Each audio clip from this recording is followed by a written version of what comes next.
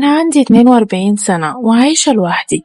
تقدروا تقولوا كده إن أنا عايشة لمزاجي وبس، يعني ببسط نفسي وبريح نفسي، عايشة لراحتي أنا وبس. أنا عندي أخت أنا أكبر منها، وأنا كنت عايشة في القاهرة ولحد دلوقتي لسه عايشة في القاهرة، لكن أختي عايشة في محافظة. يعني أختي دي قاعدة لوحدها في محافظة تانية وعندها ولد، يعني وابنها ده كان لسه داخل الكلية من قريب، والكلية بتاعته دي موجودة في القاهرة، فطبيعي ان هو هيجي القاهرة وهيحتاج يعني لسكن وكده. وانا بصراحة بحب ابنها جدا، يعني هو ولد كويس ومعاملته حلوة.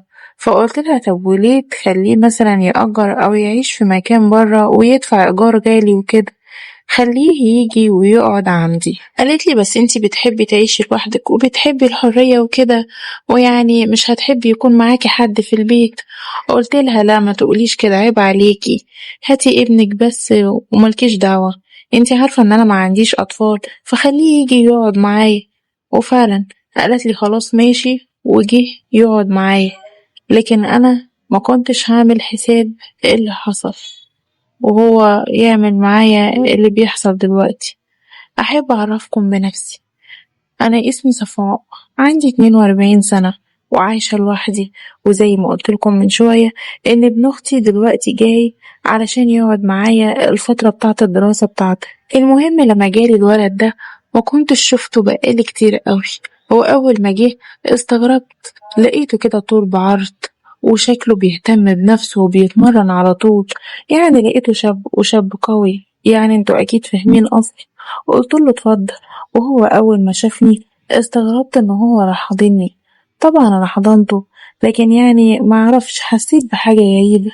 المهم قلتله اتفضل وعملتله عصير ودخلنا وقعدت أسأله شوية أسئلة زي عامل ايه وأخبارك تمام ولا لأ، وبدأنا ندردش لغاية يعني لما حضرله الأكل وعملتله الأكل. وبعد كده لقيته دخل الأوضة علشان يريح شوية، وأنا بعدها شوية كده دخلت علشان أنام.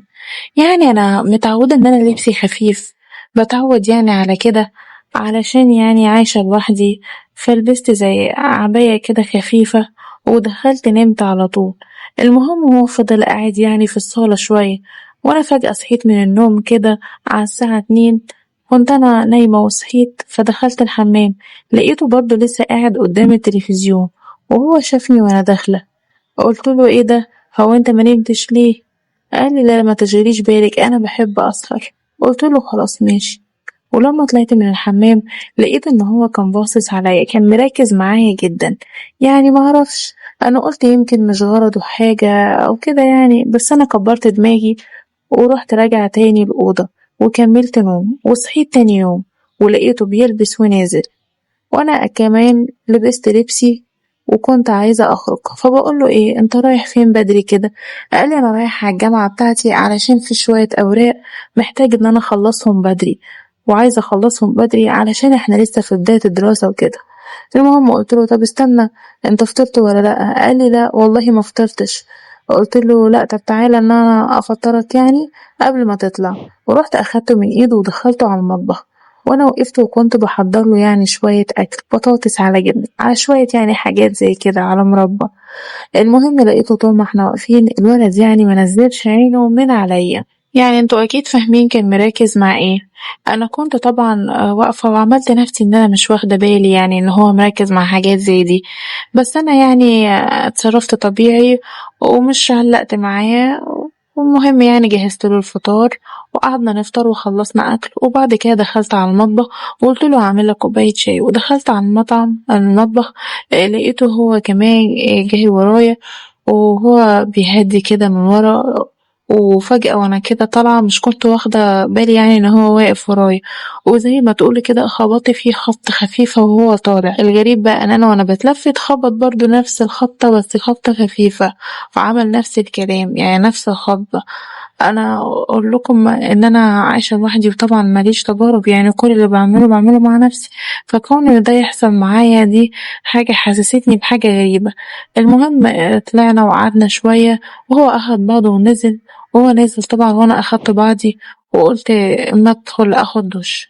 دخلت كده على الحمام، ولما دخلت الحمام لقيت حاجة غريبة جدا في الحمام، لقيت كده يعني زي حاجة بيضة، حاجة كده لزجة شوية، المهم يعني هي اللي في دماغي يعني حاجة بتاعته. فقلت يعني ده سن شباب بقى، او يعني ده طبيعي انه يكون بيعمل كده يعني، بس طبعا الكمية يعني مش زي اللي بنشوفها بالافلام، لا ده يمكن اكتر.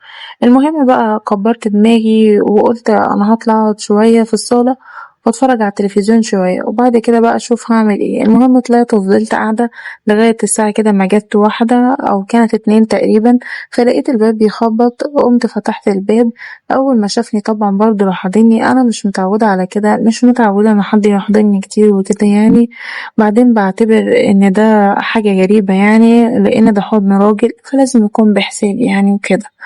فانا يعني حضني، وانا طبعا نفس الاحساس بتاع امبارح، قلت ايه الدنيا، ايه الاخبار، عامل ايه، ازيك. وقعدنا نتكلم شوية، قالي لا اليوم كان حلو قوي. هو كان قاعد جنبي يعني، وكان فاضل يحكي لي يعني ايه اللي حصل له، بيقول لي كان يوم جميل وتعرف على ناس هناك في الجامعة وكده. انا كنت مركزة معاه يعني، وهو كان مركز معايا، فقلت له خلاص انا هقوم احضر لك حاجة تاكلها علشان انت اكيد راجع من المشوار وتعبان. فلقيته يعني راح حاطط ايده على رجلي وقال لي لا لا لا خليكي قاعدة، أنا هقوم أنا اللي أحضر الأكل بنفسي. وشوية كده ونرجع نتكلم مع بعض تاني. قلت له لا لا ما ينفعش، انت جاي تعبان من بره. لقيته برضه راح حاطط ايده بزيادة على رجلي، يعني وراح هو اللي قام وخش وعمل الأكل بنفسه. طبعا انا ساعتها دخلت الاوضه، وفضل هو قاعد بره في الصاله، لكن انا من جوايا يعني بقيت يعني من اللمسات الكتيره دي مستغرباها، ومش عايزه الولد برضو ياخد عليا يعني، كنت عاوزاه يبطل يعمل كده يعني، بعيدا يعني ان انا تعبانه ومحتاجه حاجات زي دي.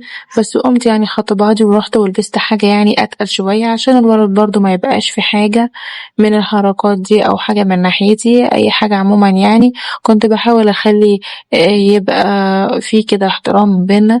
فانا رحت ودخلت على اوضتي وبدأت يعني اغير، بس للأسف انا وانا داخلة اوضتي علشان اغير هدومي نسيت ان انا اقفل الباب ورايا، يعني وربت الباب كده شوية لكن نسيت ان انا اقفله.